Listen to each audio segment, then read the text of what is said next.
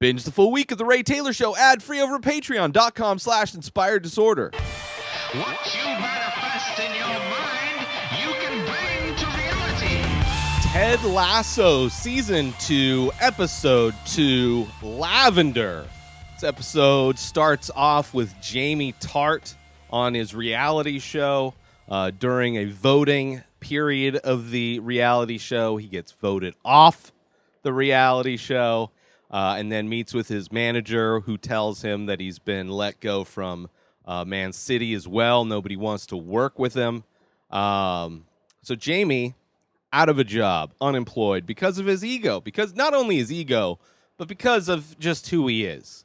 He calls it his brand, which it is his brand. He was a disgusting person on the reality show. He's a disgusting person to teammates, and a lot of that, I'm sure, is the fact that he has a dad that's overbearing and horrible to deal with. But at the same time, he is a grown-ass man.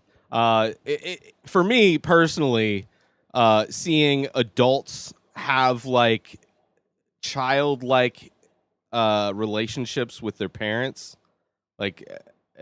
I don't know. Like, he's a grown ass man. He should be able to tell his dad to shove it up his ass and get out of his face. But of course, that wouldn't allow this show to have Jamie as a troubled person, who is back in this episode. Obviously, starting off with him as well, and then it goes to Ted trying to bond even more with Sharon. Sharon is back. Higgins has hired her full-time for the season, so it wasn't just, the players were getting benefit from her anyway. She's a fun character. Season 2 of a TV show, they're always going to be adding characters, and she's a great balance. She's a unique character, being like this stoic, silent assassin of brain chemistry. I love it. And Ted's constant, like, need of approval, need of, like, having her as somebody who believes in him or likes him, like he needs everybody to like him, which is fine because he's a very likable guy. And when you're a very likable guy, it stands out when somebody's not giving you the juice. So he's trying to do that, tried to give her Rebecca's biscuits, but Sharon is not one to be eating sugar.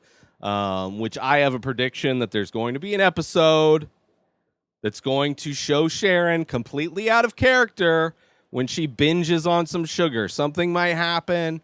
Who knows what the triggering event's going to be? But I have a feeling, because it's going to be funny, it will be funny if this happens. It just comedically, it seems like a good bit that would be put into the show if somehow Sharon gets addicted to sugar again.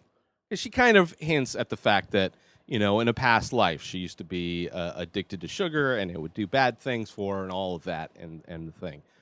So I think that's going to be potentially, if I had to guess, I like guessing, especially it's a new season I haven't seen yet. But yeah, shutting down Ted once more. Nate's kind of like, I enjoy Nate as he's coming out of his shell, roasting the team. But there's a fine line between being a funny kind of shit talker and just being an asshole. And Nate is kind of drifting into the asshole territory, specifically towards his replacement as equipment manager. He's being horrible. The title of this episode is because the new equipment manager put lavender in with the laundry to give it a nice scent. And Nate is angry because he doesn't want to have calm players. He wants to have ferocious and vicious players. But yeah, Nate being like really settling, like he's crossing over the line of being funny to being like a character that I hope tones it down a bit, because I'm starting to not like him, and it's a bummer to see him like that. However, it's fun to have a show where characters change, and somebody like Roy is really becoming more and more lovable, while Nate, maybe taking a different path. But yeah, Nate's getting on the new guy. Jamie, after being fired and needing somebody to talk to, the only person he knows that, anytime he feels like he needs to talk is Keeley. So he tracks down Keeley and confronts her in like the coffee shop or whatever to try and talk. But she shuts him down. She tells him to go see somebody else, go talk. She's not the one to be talking to because he wants to get back on AFC Richmond because he has no other options at this point. He's been off the. He has. I think they offered him another reality TV show. I think, yeah, he's got no. He burned his bridges, and he's looking for a second chance.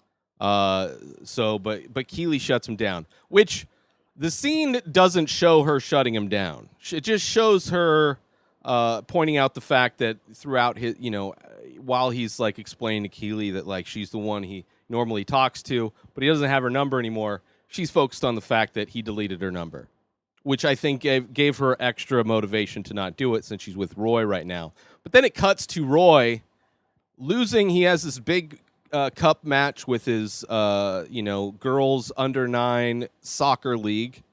They lose, and it's the whole thing of, the participation trophies, which is kind of a hack. I mean, it's just overdone kind of comedy complaining thing of, giving kids a participation trophy. But of course, Roy is the type of character to not like something like that. So it does make sense. And it's just fun to watch Roy be angry about anything. I mean, that's kind of the lovable part about Roy is that, he has a big heart, especially after last episode where after the double date, he told Rebecca, he's very, the passion. Roy's just a passionate guy. And that's also something that's brought up in this episode that Keeley loves about him. Because after his loss, he goes back home to Keeley. And in that moment, I was expecting Roy to walk in on Keeley sleeping with Jamie. And it was something that I did not want to see this show doing. Because I like Roy. I like Keeley with Roy. I think Jamie's, should just be left alone to do his own thing. He's got enough to worry about. That would be the thing that a lesser TV show would do. A show that wants to just cause drama instead of letting characters breathe a little bit in their new directions. And that is thankfully what this show does. It does the thing that I was not expecting, and that is when Roy walks into Keeley's bedroom, he finds her, for lack of a better term, wanking it. She's wanking it. And even still during that scene, I'm like, oh, she doesn't see Roy walk in. She's focused on what's on her phone. I'm expecting this show to be like, oh, she's like wanking it to like an old sex tape she made with Jamie or something like that. I'm still expecting her. I'm thinking the worst of Keeley through the eyes of the writers of this show. But it wasn't. The hilarious bit is what she was actually wanking to is what was referenced multiple times in the first episode, which is Roy's retirement speech, which we see a little bit of. We see that Roy was a blubbering mess giving his retirement speech. And that's what she was masturbating to, was Roy crying during his retirement speech. And then she tells him, like, that's the thing that she loves the most about him is his passion, and that he doesn't have that passion because he's away from the sport. And that's why she wants him to try out this deal, this TV gig that she's been trying to push him on. She mentioned it in the last episode. And Roy agrees. So Roy agrees to try it once, which is, seemed inevitable. Seemed like that was the right move for that. So after that scenario of Roy walking in on Keeley wanking it, cuts to Jamie going to the pub, tracking down Ted, wants to talk to Ted since he got nowhere with Keeley, trying to get back on AFC Richmond. And Ted was, told him it's a bad idea, that there was, he was toxic to the team. And even though Jamie brought the little army man that Ted gave him, and and they had a nice chat, but while at the pub, course, the fans of AFC Richmond frequent that pub as well and saw Jamie talking to Ted, took a picture of them together. So, of course, that picture goes viral. Big aspect of this show is how the internet plays a part in, the popularity and things as they trend and get going. So rumors of Jamie coming back to AFC Richmond spread around, which, of course, the reason why Ted said no, the team, seeing this picture, thinks the worst, think that he's bringing Jamie back, and they're not happy about it. During practice, Sam, I love Sam. Sam's another one of those characters where he doesn't get, we haven't seen that much. There hasn't been like an episode where we focus on Sam that much, I mean, a little bit here and there, but I love Sam. I hope he gets, how TV episodes tend to like sometimes focus on a single character, showing you their backstory potentially. Not that this show's really doing that or has done that, but I hope he's a character that continues to have moments, because I really enjoy Sam as well. But Sam's pissed, which is uncharacteristic for Sam. He's a very happy person, similar to Danny Rojas. But Sam's upset. Ted, of course, not only nervous about the fact that his team seems to be, the morale of his team is disrupted, but he's also being watched by his somewhat nemesis, Sharon, asked to watch the training session. Now that she's working for them, she wants to see how everything's running and just, get an idea of everything. So she's there, which adds extra pressure to Ted. Ted, runs off, chases Sam into the locker room, and they have a conversation. And, they understand, they both, they have a conversation about dads. That conversation about dads is something that Ted realizes that as far as from Jamie's perspective, Jamie has a horrible dad who we saw in the last episode of the first season when he was berating Jamie for not making the score instead of making that one last pass to get the score to win the game. And apparently, according to Jamie, like every game since he was back at Man City, his dad would come and berate him and criticize every single minute mistake, or, which it's, again, as a grown ass man, you gotta be okay with telling your parents to get the F out of your face. You're a professional athlete making millions of dollars playing football professionally. At the time, all these kind of deals, you're at the top of your game and your dad's coming in. Like, how much daddy issues do you have to allow another grown adult come and treat you like a child? And you shouldn't even be treating children like that. But still. So it is what it is. Anyway, Sam's upset. Ted goes to the Diamond Dogs because he knows that the team needs wins. They're on this tie streak. He knows that Jamie is a toxic element in the team, despite the fact that they did break through to Jamie right before he got traded away. So it's not completely horrible. They had that seance where Jamie opened up and talked about his mom and how she was like the positive support in his life as opposed to his dad. So I think it's not that crazy that they could iron things out. But of course, Nate and Coach Beard do not want him back. They don't want, because there hasn't been any fight. There hasn't been any drama within the team since Jamie left, and they don't want to add more drama. Higgins wants wins, and he votes for Jamie to come back. And of course, Ted is the tying vote because he wants Jamie to come back. He wants to give Jamie a support structure that he doesn't have from his dad. He wants to be like a surrogate dad for him, a father figure, as it were. Because that's just kind of the guy Ted is. And Ted's, he has a kid that's back in the U.S. that he doesn't see. He sees over Skype or whatever. So I'm sure Ted wants to mentor this kid, wants to help this kid. But yeah, the Diamond Dogs voted down.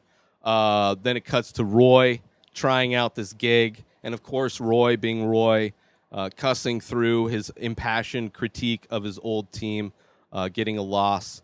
And of course, despite the fact that the other commentators don't like his language, everybody else loved it. He was a hit.